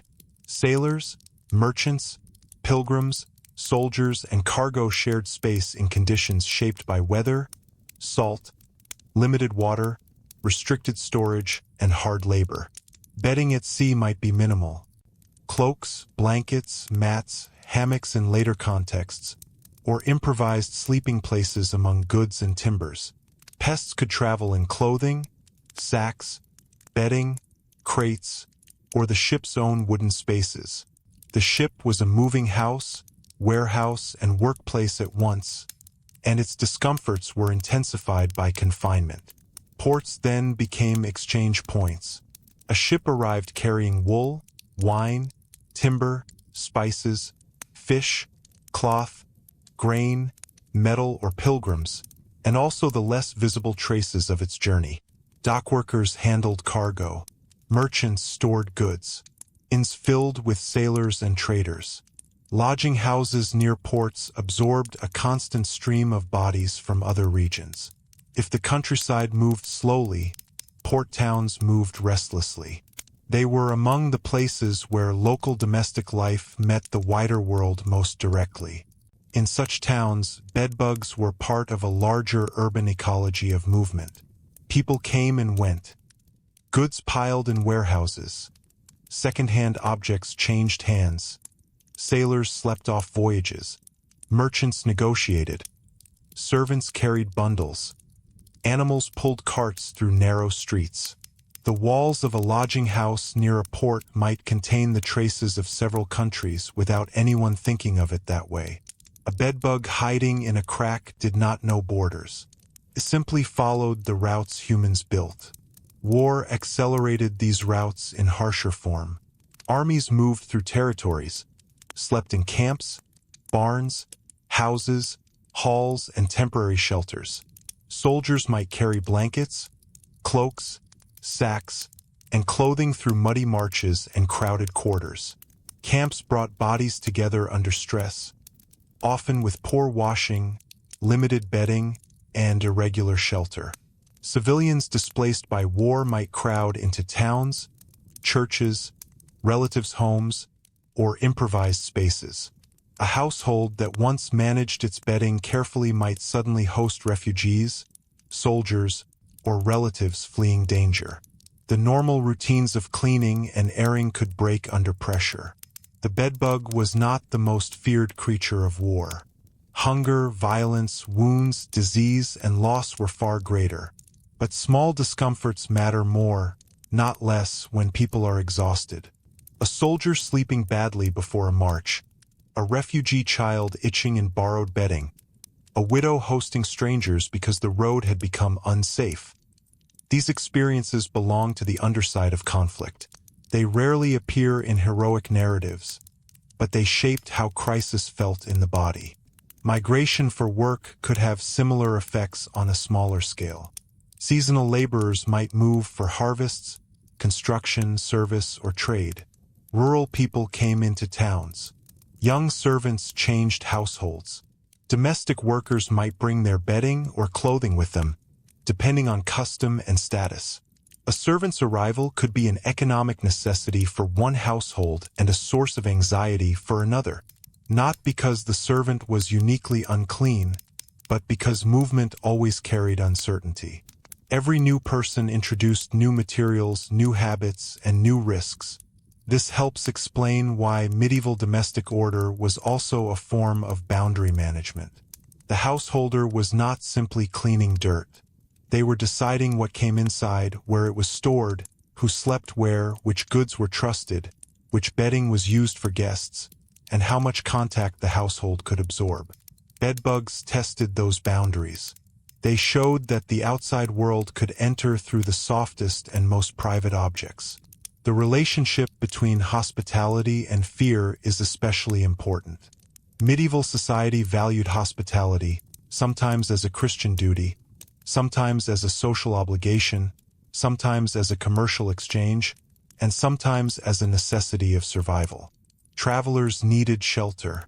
Strangers could become allies, customers, patrons, or messengers. To refuse hospitality could be morally or socially troubling. Yet every guest introduced risk: theft, illness, gossip, disorder, and pests. A bed offered to a traveler was both kindness and vulnerability. This is one of the subtle contradictions of the medieval bed. Could express generosity. To give someone a place to sleep was to protect them from the night. But the bed could also become a point of contamination between lives. The host gave comfort, and the guest might unknowingly leave discomfort behind. Or the guest might receive discomfort from the host's bedding and carry it onward. Hospitality made society humane, but it also made society porous. Pilgrimage badges, merchant seals, guild marks, letters of introduction, and noble liveries helped identify people within systems of trust. But bedbugs did not respect visible identity. They could move from a poor pilgrim to a wealthy inn, from a merchant's lodging to a noble household's baggage, from a ship's quarters to a portside bed, from a university room to a family home. In that sense, they ignored the categories medieval society cared about most. Rank, piety, occupation, origin, and reputation mattered deeply to humans. To the insect, there was only warmth, darkness, and proximity. The discomfort also moved through time, not just space. A lodging could preserve the traces of former guests long after they had left. A mattress remembered bodies. A wall crack remembered seasons. A chest remembered journeys. A blanket remembered previous rooms. Medieval objects were not replaced quickly enough to erase their past. The material world had a long memory. Bedbugs were one of the ways that memory became unpleasantly literal. This is why a medieval person entering an unfamiliar room might rely on senses before sleep. The smell of the place, the feel of the bedding, the freshness of straw, the state of the walls, the number of people sharing the room, the reputation of the host, the presence of smoke, dampness, animals, or old cloth. These signs formed an informal risk assessment. No one needed modern pest biology to know that some rooms felt safer than others. But travel often removed the luxury of choice. A merchant with goods to protect could not always leave. A pilgrim in bad weather could not easily search for better lodging. A messenger needed rest before continuing. A poor traveler could not pay for the best bed. A sailor could not step away from the ship. So people accepted imperfect shelter and hoped. Much of medieval life consisted of choosing the least dangerous discomfort among several. The road also changed what counted as cleanliness. At home, a person might maintain routines, however modest. On the road, routines broke down. Clothing stayed damp longer. Bedding was shared. Washing was less predictable. Food was eaten in crowded spaces. Animals and humans used the same yards. Sleep came in unfamiliar places. A pest picked up during travel could return home embedded in the objects of the journey. The household then faced not only its own domestic problems but the imported residue of movement. When a traveler returned, the house did not always know what had returned with him. His cloak might be hung near others, his pack placed in a corner, his bedding shaken indoors, his clothes stored in a chest. The reunion with home could quietly become the beginning of a new infestation. No one might connect the first bites days later to the journey just completed. The timeline was too hidden, the evidence too small. The bedbug made cause and effect difficult. This uncertainty gave the insect its social power. Could not be easily assigned to one moment, one person, or one failure. It traveled beneath notice and appeared after the fact. This is true even in modern settings, but in medieval life the lack of precise knowledge, crowded conditions, and value of reused materials made the uncertainty heavier. A household could suspect, but suspicion was not remedy. At the same time, the spread of bedbugs across roads and lodgings reminds us that medieval people lived in connected worlds. Their lives were not isolated dots on a map. A village might depend on a nearby market town. A market town might depend on roads, fairs, ports, monasteries, mills, and estates. A port might connect to distant coastlines. A pilgrim route might link regions through devotion. A university might gather young men from many lands. A war might force movement across borders.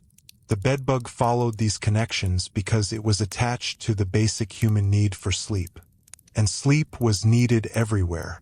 The merchant after bargaining, the monk after prayer, the sailor after watch, the student after argument, the servant after carrying water, the noble after travel, the soldier after marching, the pilgrim after miles of road. Every moving person eventually had to stop and lie down. The bedbug's world was built from those stopping places. By the late evening, an inn along a road might become a small map of medieval mobility. In the yard, animals settle uneasily. In the hall, voices fade after food and drink. Packs are placed near walls. Cloaks steam faintly from rain. Boots stand near the hearth.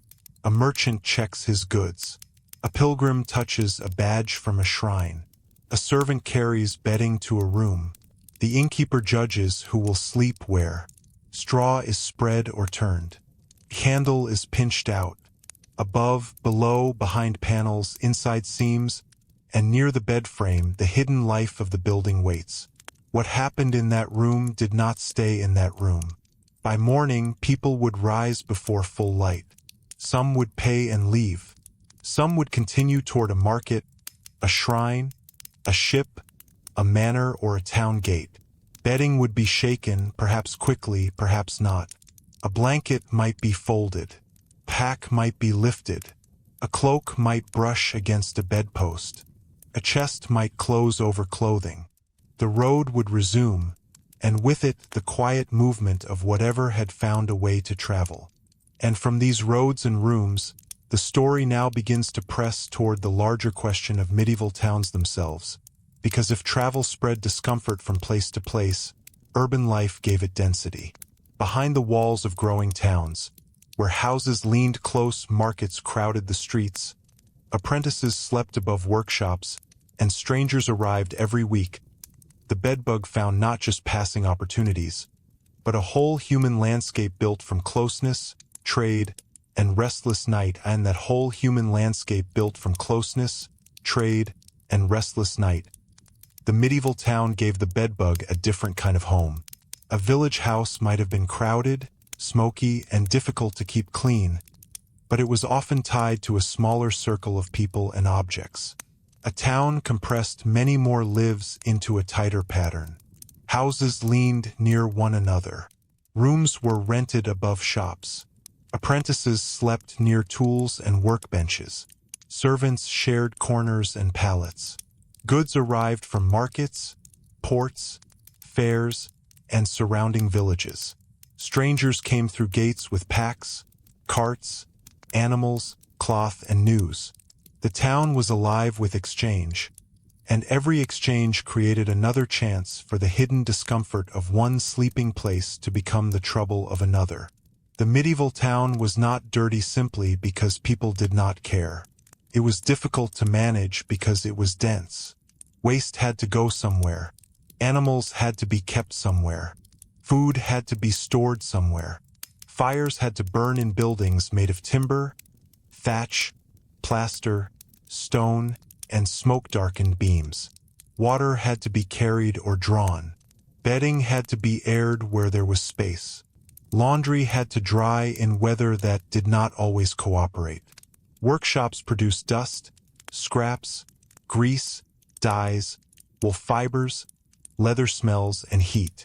Living and labor overlapped so closely that the line between a workplace and a bedroom could almost disappear. For bedbugs, this kind of town offered continuity. They did not need every house to be neglected. They only needed enough warm bodies, enough reused bedding, enough cracks, enough secondhand goods, and enough movement from room to room. A household might fight them back, only for new exposure to arrive through a rented bed. A visiting relative, a bundle from the market, a servant changing employment, or a piece of furniture bought from someone else's house. In a dense town, no home was completely alone. This is where the history becomes more than a story of insects. It becomes a story of how people lived together under pressure. The medieval city or town promised opportunity. It offered wages, markets, guild life, churches, courts, fairs, schools, and the excitement of proximity. But proximity also meant that private discomforts became shared risks. Fire spread through crowded streets. Disease moved through households and markets. Noise passed through walls. Smells crossed thresholds.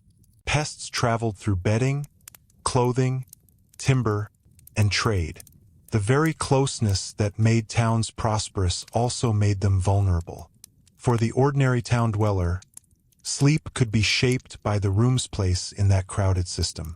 A shopkeeper might sleep above the shop, with goods below and apprentices nearby. A baker might sleep in a building that held warmth, flour dust, ash, and the smell of ovens. A weaver might rest near wool, thread, frames, and stored cloth.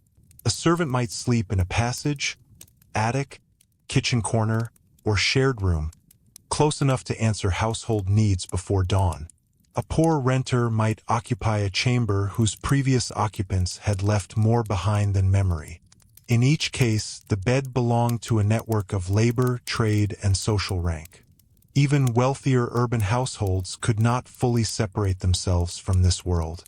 A merchant's house might be larger, better furnished, and more carefully managed. But it was also full of goods, visitors, clerks, servants, storage spaces, and movement. Fine cloth could enter from distant markets. Chests could be opened and closed. Guest bedding had to be kept ready. Servants handled laundry and chamber work. Business brought strangers to the door. The merchant's comfort depended on the same systems that made the town restless. Urban authorities sometimes tried to regulate the visible nuisances of crowded life. Waste in streets, animals, market behavior, fire risk, water access, and other public problems. But bedbugs lived in a more private zone. They were not easily governed by public order because they hid inside domestic material. A town might command that streets be cleared or refuse moved, but it could not inspect every mattress, every wall crack, every lodging house bed, every old blanket in a rented room. The insect belonged to the gap between public regulation and private household labor. That gap was where much medieval discomfort lived. Laws could shape the street, but the night was managed by household routine. The town might ring bells, close gates, organize markets, and punish nuisances. But after dark, each room had to face its own bedding, smoke, damp, and hidden life. People could complain. They could clean. They could replace straw. They could blame landlords or servants or previous guests. Yet the core problem remained stubbornly local. The body trying to rest in a material world that would not stay still. The body is what brings this history back to its most human scale. It is easy to speak of medieval towns, trade routes, domestic architecture, medicine, and social hierarchy. But for the person living through it, the experience came down to the skin, the eyes in darkness, the tired mind noticing another small irritation just as sleep was beginning. A medieval worker might have endured cold, hunger, heavy labor, smoke, strict masters, and poor light, only to find that the bed itself offered no complete mercy. That is the quiet cruelty of the subject. The trouble did not always arrive in public. It waited at the hour when a person was most tired. And yet medieval people did not live every night in despair. That would be false. They laughed, worked, loved, prayed, repaired, traded, visited, celebrated feast days, cared for children, told stories, and slept well when conditions allowed. Their world was uncomfortable in many ways, but it was not one continuous misery. The real historical truth is more interesting. People made comfort inside limits. They created routines, used scent, washed cloth, aired bedding, replaced straw, built bed frames, hung curtains, shared warmth, and passed down remedies. They did not conquer every discomfort, but they kept negotiating with it. That negotiation is the heart of medieval domestic life. A bed was not simply a bed. It was a piece of furniture, a sign of status, a place of birth and illness, a shared family space, a guest offering, a storage concern, a labor burden, and a nightly test of household management. Bedbugs attacked that test at its weakest points. They entered through reuse, travel, crowding, warmth, and hidden cracks. They revealed how hard it was to maintain privacy, cleanliness, and rest in a world of organic materials and constant contact. They also remind us to be careful with modern judgment. It is tempting to look backward and see only dirt, ignorance, and failure. But medieval people were not simply failing to live modern lives. They were living with different tools, different assumptions, different economies, and different thresholds of endurance. They knew discomfort intimately. They tried to reduce it. They recognized stale bedding, biting pests, foul smells, damp rooms, and the need for fresh air. What they lacked was not awareness, but the full range of modern control. And control is the true difference. Modern people often expect the sleeping space to be defended by technology. Sealed walls, treated mattresses, bright lights, washing machines, dryers, detergents, vacuum cleaners, pest services, central heating, and medical explanations. Medieval people defended sleep with hands, fire, herbs, sunlight, labor, prayer, memory, and patience. Their defenses were real but fragile. They worked for a while. They eased the problem. They pushed back the night. But they did not always win. That is why the bedbug is such a useful historical guide. It leads us away from the grand image of the Middle Ages and into the practical structure of daily life.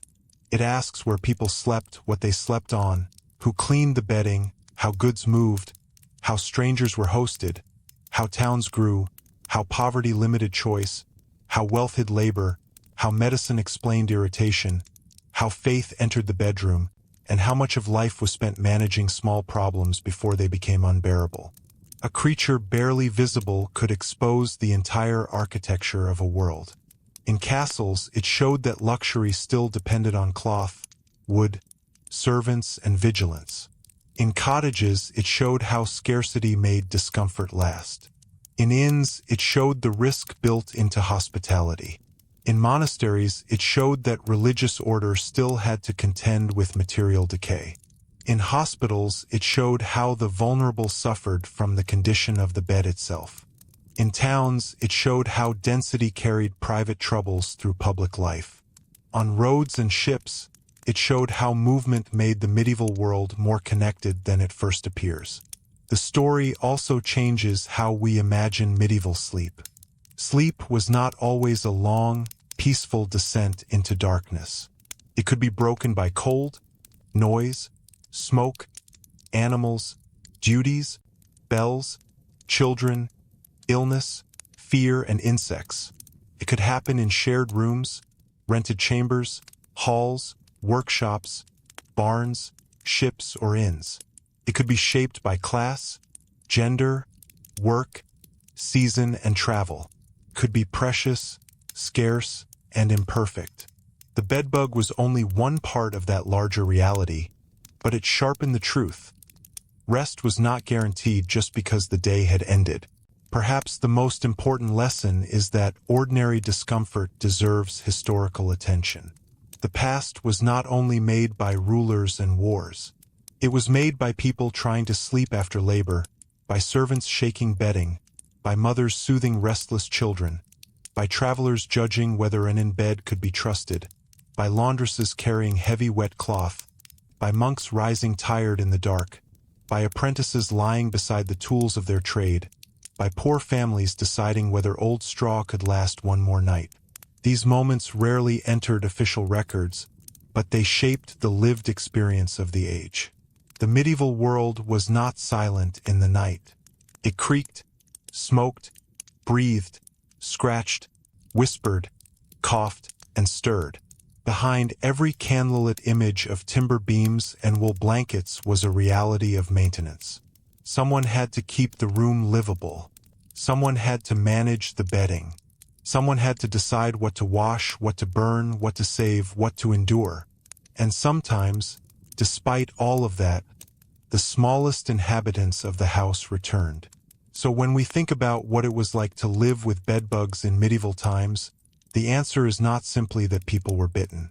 It is that the bite belonged to a whole world of limited privacy, reused materials, crowded sleep, difficult washing, long travel, uncertain medicine, spiritual interpretation, and constant household work. It was a small pain connected to a large system. It made visible the limits of comfort in an age when even the bed, the most intimate shelter a person had, could not be fully secured. And there is something quietly humbling in that. Medieval people lived close to the materials that kept them alive. Straw, wool, linen, wood, smoke, water, herbs, and fire were not background details. They were the difference between cold and warmth, exposure and shelter, exhaustion and rest.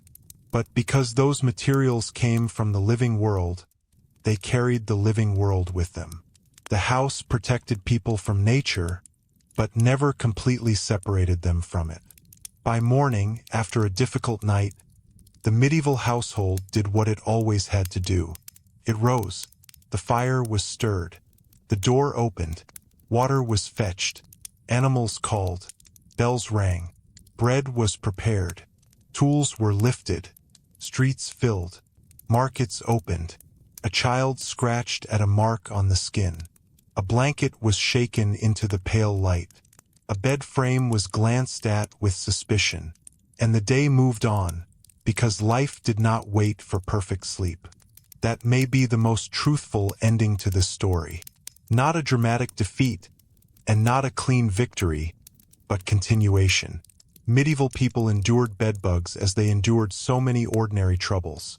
With irritation, effort, remedies, complaint, habit, humor, embarrassment, and resilience.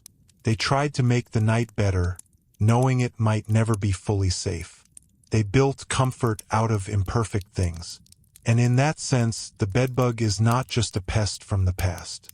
It is a reminder of how history often lives in small places.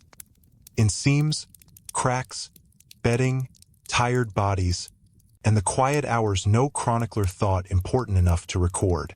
If one detail from this world stayed with you, it might be worth asking what part feels hardest to imagine today.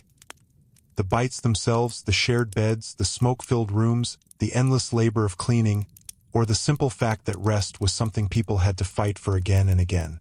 Thank you for spending this quiet stretch of history with me. If you enjoy calm, thoughtful documentaries about the hidden realities of everyday life in the past, you're very welcome to subscribe and return for the next one. Until then, imagine that medieval room one last time.